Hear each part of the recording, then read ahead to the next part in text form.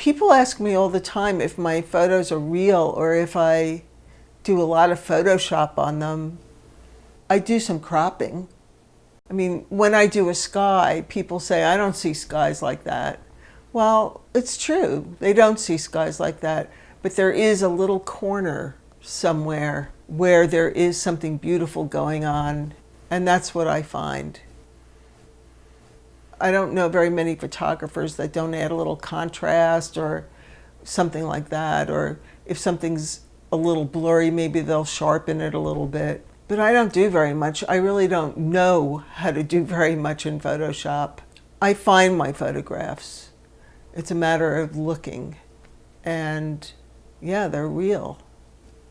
Actually, everything that I photograph is there for everybody. Except for the Arctic. I'm not going to the ends of the earth.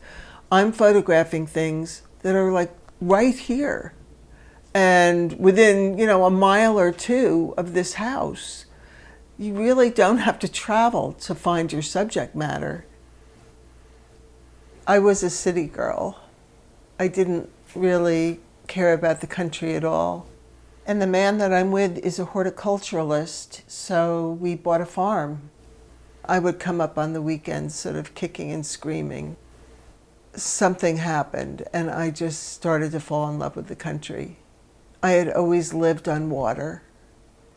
And when we moved to the farm, I found myself very landlocked and knew that I wanted to get a place that was on the water.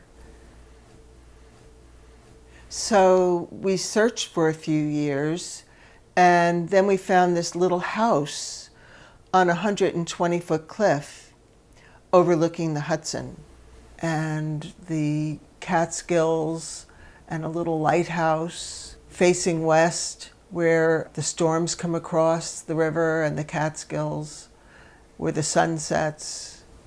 Heaven. It changed my life being here. I've made a study of this one place. Every day, every minute, all the seasons, day and night, everything in between. Most of the things that I take are ephemeral. They're here for, now, and then they're gone in 30 seconds or 2 minutes. I'm crazy. I don't use a tripod, even with the big lens. Beauty is kind of a dirty word in the art world. I'm very rebellious against that. Beauty mitigates. It's a place where I go to feel better and to sort of calm myself down and to remind myself that nature still goes on no matter what. I'm very interested in abstraction.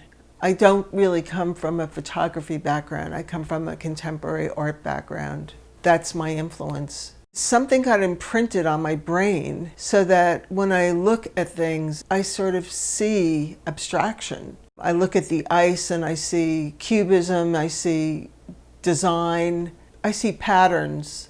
I see the same thing in the sky. I see paintings. I've sort of gotten my own routine down now. Ice season, I'm looking at the temperature of the river. When it starts to freeze, I'm down there looking for the thin ice, waiting for that thin ice to break up. And when it breaks up, it's the most beautiful sound and the most beautiful thing, and I'm looking for that. I kind of resent when I have to leave sunset at the river. I have a dinner date and I really don't want to go. Oh darn, I'm going to miss a gorgeous sunset. I've been known to have people over for dinner and then just say, excuse me, and run outside. I've become sort of a savage.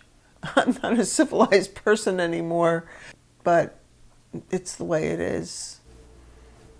I think that artists are the luckiest people in the whole world. It gives you courage where you normally wouldn't have courage if you have a purpose.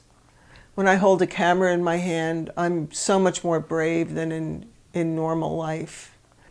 Just the way there's a world in a drop of water, there's a huge world here. It's my muse, this place.